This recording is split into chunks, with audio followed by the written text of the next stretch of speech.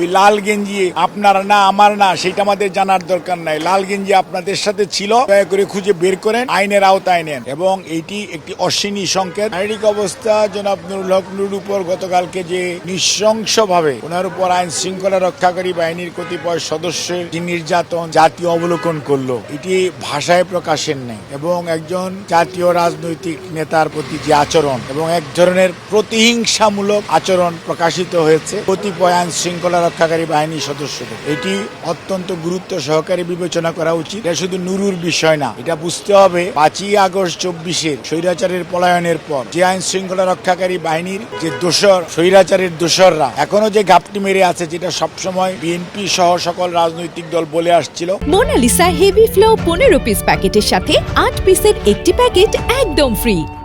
তারা যেমন প্রশাসনে আছে, বিচারালয়ে আছে, আইন শৃঙ্খলা রক্ষাকারী বাহিনী, তারা যা আছে তার প্রমাণ রেখেছে গতকালকে। এবং এইটি একটি অশ্বিনী সংকেত, বাংলাদেশের গণতন্ত্রকে সুদূর পরাহত করার দেশীয় এবং আন্তর্জাতিক চক্রান্তের অংশ। এবং এইটার দোসর হচ্ছে ঘাপটি মেরে থাকা সেই সমস্ত স্বৈরাচারের দোসররা। কাজেই যত দ্রুত তাদেরকে আইনের আওতায় এনে তাদেরকে দৃষ্টান্তমূলক শাস্তির ব্যবস্থা করা জরুরিভাবে প্রয়োজন। ওই লাল গেঞ্জি আপনার না আমার না সেটা আমাদের জানার দরকার নাই। লাল গেঞ্জি আপনাদের সাথে ছিল, দয়া করে খুঁজে বের করেন, আইনের আওতায় নেন।